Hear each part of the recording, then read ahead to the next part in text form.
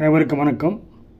தற்பொழுது இந்தியா பாகிஸ்தான் இடையே வான்வழி தாக்குதலானது நடைபெற்று வருகிறது. இந்த வான்வழி தாக்குதலை பாகிஸ்தான் எப்படி நடத்தியது என்று சில ஆய்வாளர்கள் மற்றும் டிஃபென்ஸ் எக்ஸ்பர்ட் ஆய்வு செய்து சில விஷயங்களை தெளிவுபடுத்தியிருக்கிறார்கள். அதாவது பாகிஸ்தான் ஹமாஸ் பாணியில் இந்தியாவின் மீது சரமாரியாக ட்ரோன்கள் மற்றும் ஏவனைகள் மூலமாக தாக்குதல் நடத்தியுள்ளது என்று அவர் குறிப்பிடுகிறார்கள்.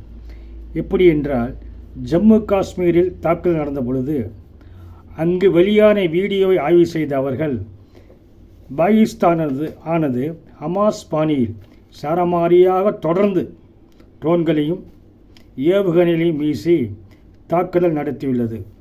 மேலும் சில ஒற்றுமையை அவர்கள் கூறுகிறார்கள். அதாவது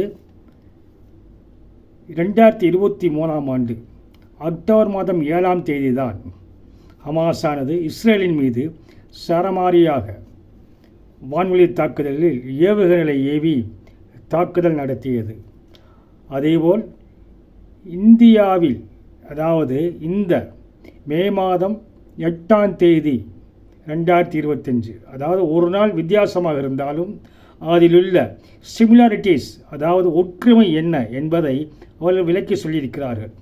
அதாவது மே 7ஆம் தேதி நள்ளிரவுக்கு மேல் 8ஆம் தேதியும் பாகிஸ்தானானது ஹமாஸை போலவே சரமாரியாக ஏவுகணைகளையும் ட்ரோன்களையும் வீசி தாக்குதல் நடத்தியுள்ளது.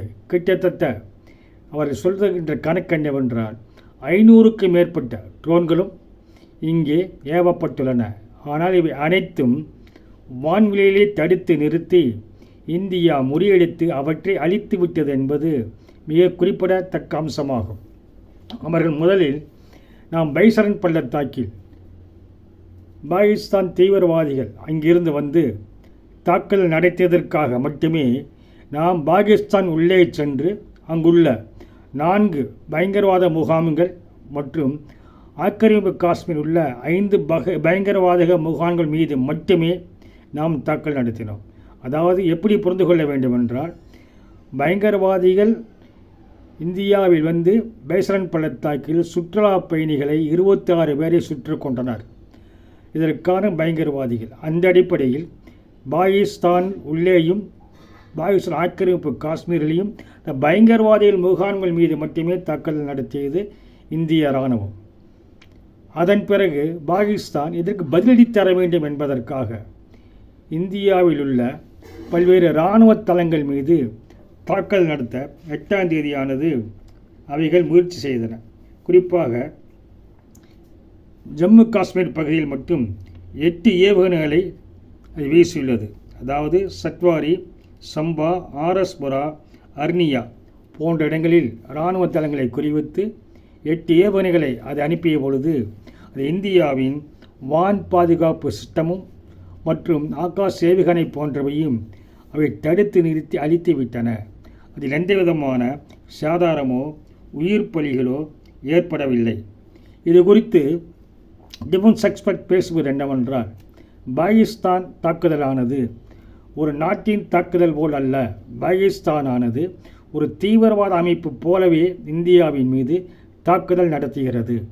ஏன் இவர்கள் ஹமாஸ் மீது சந்தேகம் வருகிறது? ஹமாஸ் பாணியில் ஏன் தாக்குதல் நடத்தினார்கள் என்றால், பைசரன் பள்ளத்தாக்கில் தாக்குதல் நடத்துவதற்கு முன்பாக பாகிஸ்தான் ஆக்கிரமிப்பு காஷ்மீரில் பாகிஸ்தான் இராணுவம் மற்றும் உளவுத்துறை ISI மற்றும் ஹமாஸ் இவர்கள் சந்தித்தார்கள் என்பதை இந்திய இராணுவ உளவுத்துறையானது ஆய்வு செய்து வருகிறது.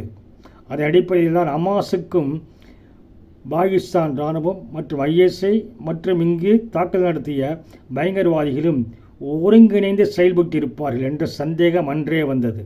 தற்பொழுது சரமாரியாக ட்ரோன்களையும் ஏவுகணைகளையும் ஹமாஸ் பாணியில் நடத்திய பாகிஸ்தான் மிகப்பெரிய தப்பு செய்துவிட்டது. அதாவது பாகிஸ்தான் தப்பு செய்துவிட்டது.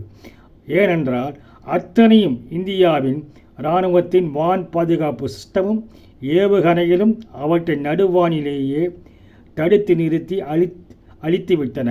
அதில் குறிப்பாக சில உடைந்த பாகங்கள் பஞ்சாப் பகுதியிலும் ஜம்மு காஷ்மீர் பகுதியிலும் கிடைத்துள்ளன.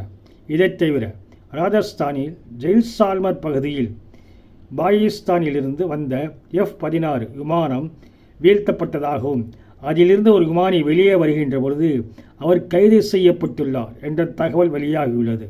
இதைத் தவிர சீனாவிடமிருந்து வாங்கிய FJ-16, 17 ஆகிய விமானங்கள் சுட்டி வீழ்த்தப்பட்டுள்ளன என்று தெரிவிக்கப்பட்டுள்ளது. அதைத் தவிர இம்மாதிரியாக பாகிஸ்தானானது இந்தியாவின் இராணுவ நிலைகள் மீது தாக்குதல் நடத்தியதற்காகத்தான் இந்தியா பாகிஸ்தானின் நகரங்கள் மீது தாக்குதலை நடத்தியது.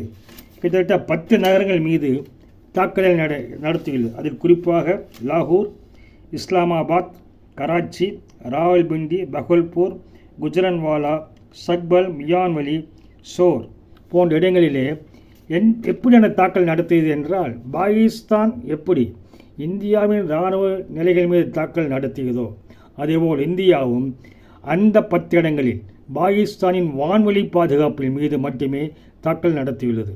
அதாவது அங்கு இருந்த ராடார்கள் மற்றும் வான்வழி பாதுகாப்பு சிஸ்டம் ஆகியவை இந்தியா அழித்துவிட்டது.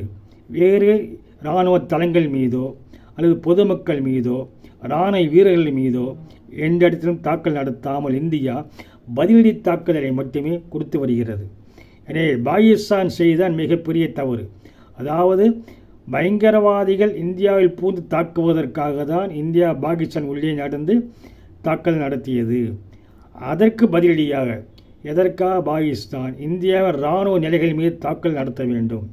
அதற்கு பதில் தரும் விதமாக மட்டுமே பாகிஸ்தானின் வான்வழி பாதுகாப்பு எங்கே இருக்கிற ராடார்கள் மற்றும் சிஸ்டம் அதன் மீது தாக்குதல் நடத்தி அளித்துள்ளது. அதாவது இந்தியா இதுவரையில் பதிலடி தாக்குதல் மட்டுமே நடத்தியுள்ளது. ஆனால் பாகிஸ்தான் தான் தவறு மேல் தவறு செய்து வருகிறது என்பது தெளிவாகியுள்ளது.